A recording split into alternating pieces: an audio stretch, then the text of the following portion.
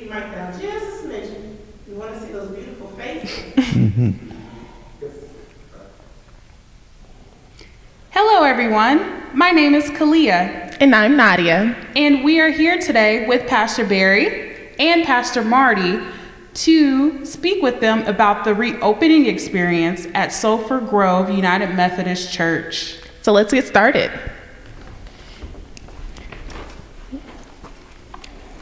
First, we'll be connecting with Pastor Barry.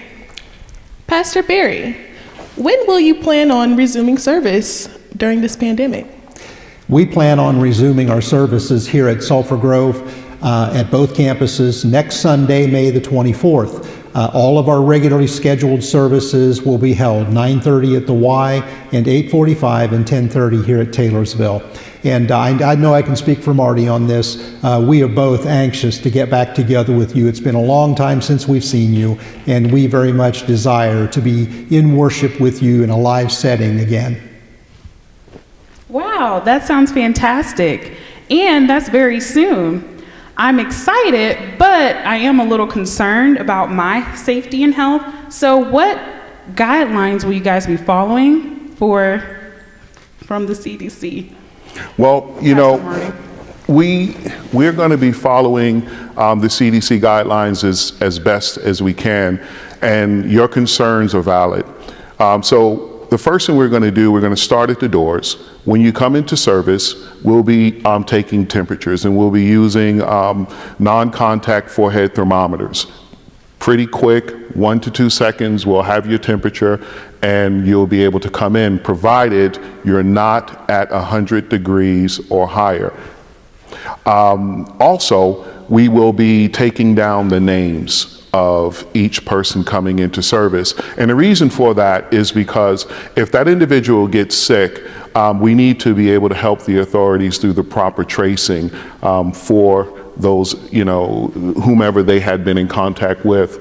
We're also requiring every person entering the sanctuary to wear a face mask. Now, we'll have some on hand, and obviously we'll give a mask to anyone who does not have one, but it's really important that you save your mask and you make sure that you bring it back to service with you next week. We have some disposable ones, but primarily we'll be starting out with the cloth ones, which can be washed and reused. We will, at the Y, we'll be sanitizing the front entrance each week as a requirement from the Y.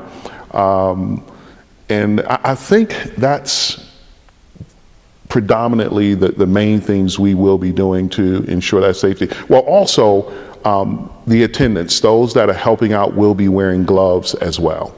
So everyone touching stuff that congregants would touch when they come in, those individuals would not have transmitted anything. They will be wearing gloves as well. Okay.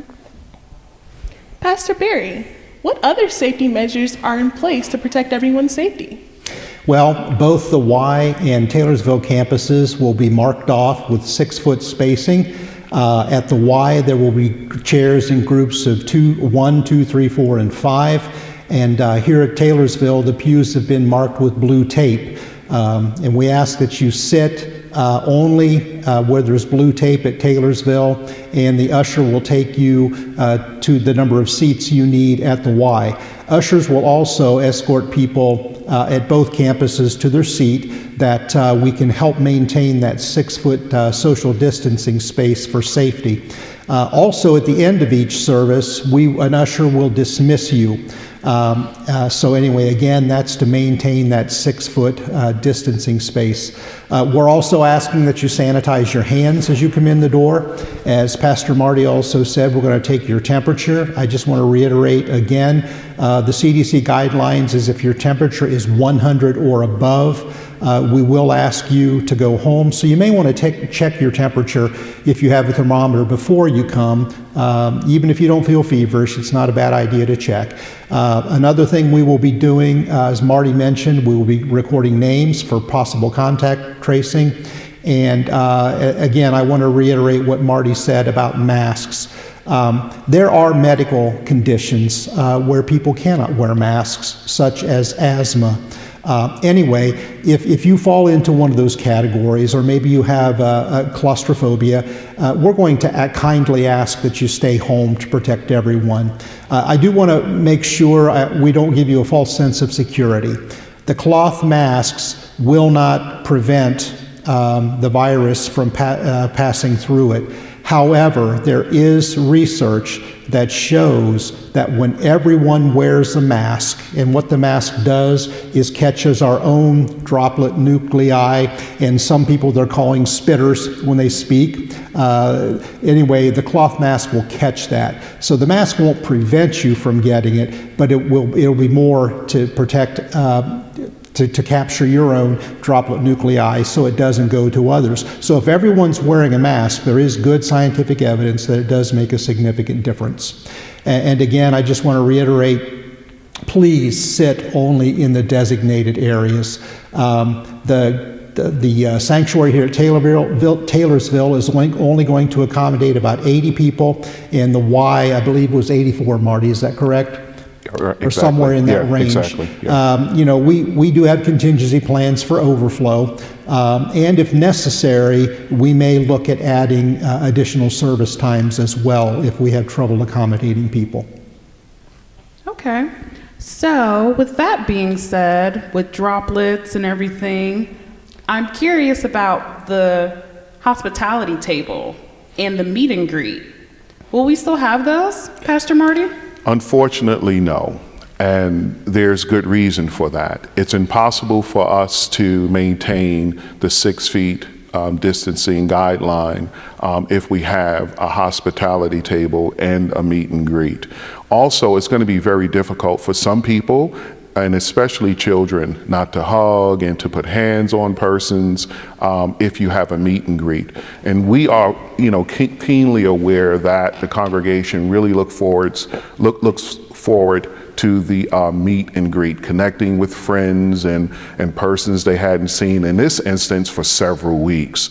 But it's in our best interest that we do not have a meet and greet, and it will not happen at either locations, which includes both services here at Taylorsville. Now, the tables, the issue is 6 feet as well as spittle, people speaking and talking and handling food. We just felt it would be in everyone's best interest. The safest thing we can do was to create an environment where that was not an issue and taken out of the whole scenario. So we ask people to understand and just still come to church. Awesome. Okay. Pastor Barry, this all sounds very great, but what if I have asthma or some pre-existing condition that prevents me from wearing a face mask for an extended amount of time? I will answer that in a second because I forgot one important thing in the last question.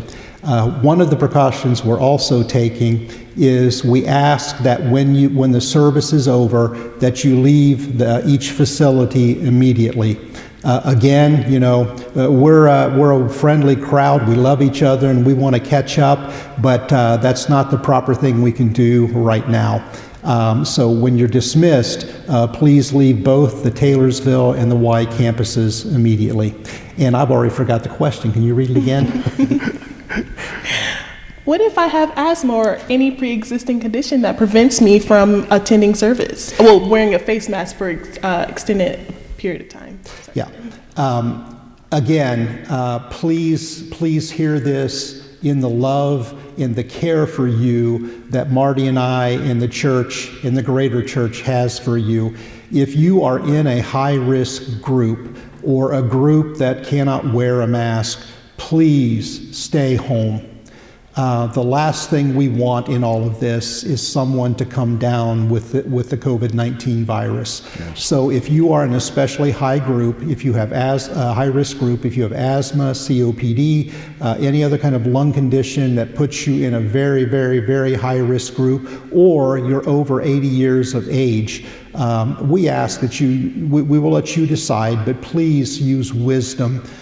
We don't want anyone to get sick, let alone someone get seriously ill and possibly die.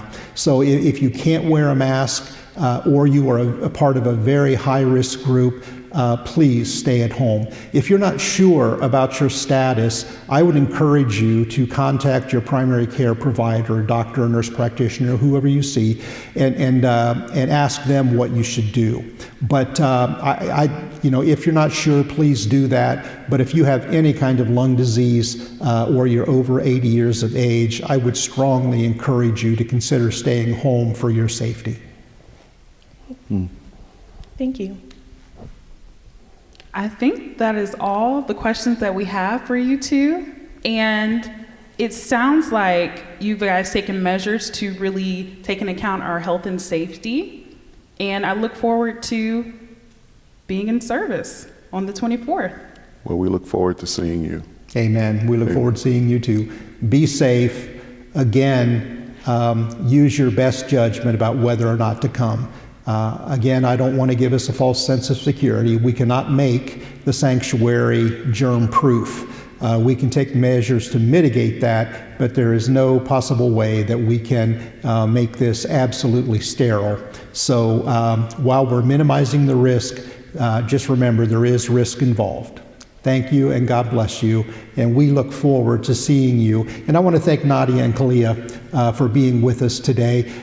They didn't mention it, but if you don't know, these are Marty's daughters. So we thank you for being with us. I don't know how it felt to say Pastor Marty, but I was going to tell you it's okay to say Dad. But thank you very much for your help. Thank you, and God bless you. God bless. Bye-bye.